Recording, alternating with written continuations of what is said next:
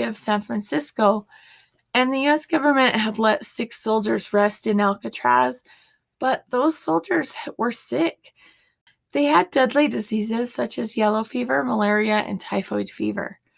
A lot of the prisoners and their caretakers actually died as well during that few years. In 1907, Alcatraz was designed as a military prison, and over that new decade, they would emphasize education and rehabilitation. So it kind of became on a new mentality that we are going to rehabilitate people, we're going to educate them. And instead of bringing them here, locking them up, letting them die, we're going to do things a little bit differently.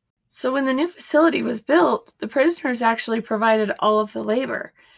This new cell house was completed in 1912, and it was complete with 4 cell blocks that held a total of 600 cells. A 3-story cell house included the 4 main cell blocks. There was A through D block, the warden's office, and the cells in the prison were typically 9 by 5 with 7-foot ceilings. Of course, just like most prisons, they were developed with not a lot of privacy, which they shouldn't have a lot of privacy, right? I mean, it's prison, so. The cells each contained a bed, desk, wash basin, and a toilet. The African American inmates were, of course, segregated, and I don't think they were treated very well. In most of the sources that I found, it didn't really talk about this too much, but there were some sources that did actually speak of this, and it didn't appear that they were treated well at all. There were 6 cells that were set apart in D block, where the very worst inmates were put, and those cells were designated as the hole, which is very customary in a prison to have the cells that are set apart and known as the hole, right?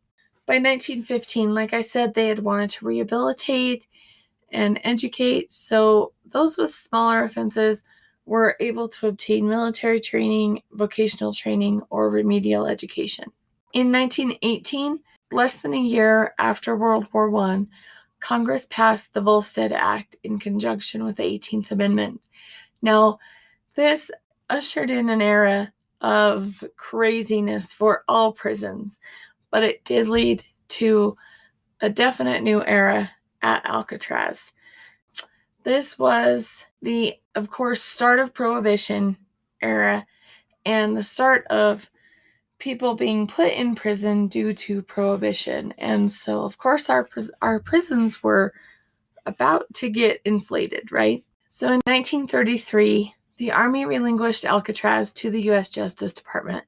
At the time, they just really wanted a place for the worst of the worst to go. And you can see just even in that history of Alcatraz so far that we've already been housing some of the worst, right? So in their mind, this was just the next natural step for Alcatraz. They began some additional construction to make sure it was extremely secure. Now, some of the areas were updated, some were not. And the hole happened to be one of those that it was not updated. And so if you're going to update any area, I would make it the cell block D where you're putting the people who are supposedly the worst. But they overlooked that fact, and we will get into that on the next episode. But I just found that to be very interesting. The first warden of Alcatraz after it became a federal prison was James Johnston, and he hired approximately 1 guard for every 3 prisoners. Each prisoner had his own cell, and prisoners and staff did get 3 meals a day. And by all accounts, the meals were fantastic.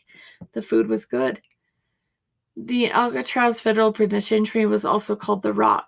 It was basically known as the toughest prison in the U.S. It could not be escaped from. You're not going anywhere. Once you get there, you are not leaving. So it was definitely known as a very, very secure facility.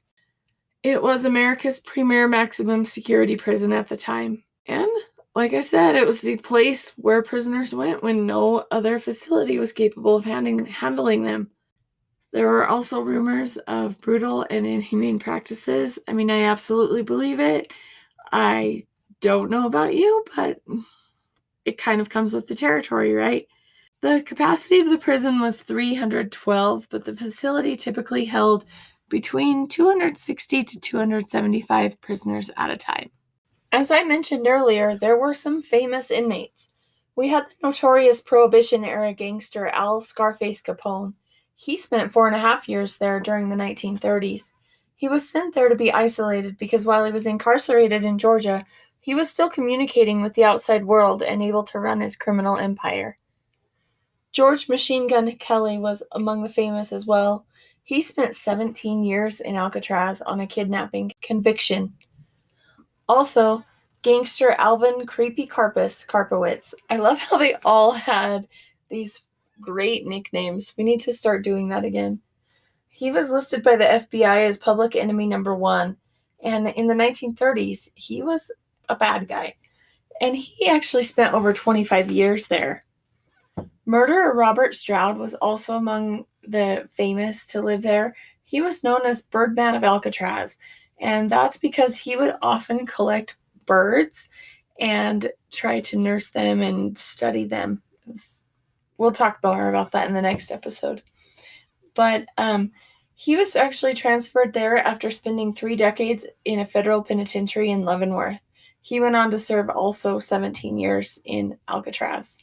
Famous James Whitey Bulger was also among the famous there. He was convicted and sentenced to serve 20 years in federal prison for armed robbery. His inmate case file is extra interesting to me because it shows that he was subjected to extreme testing under the MK Project. Obviously, a lot of us have heard about MK, but I want to cover that in a future episode, so that is actually on my list to cover more in depth, but it's pretty fascinating to me that he was actually subjected to that. So I am actually going to leave off there for this episode, and the next episode we are going to talk about what we all know about Alcatraz, and that is how did people escape from Alcatraz, or did they really? And so we will be deep diving into that next week, and I hope to see you all, and thank you so much for joining me this week. Bye!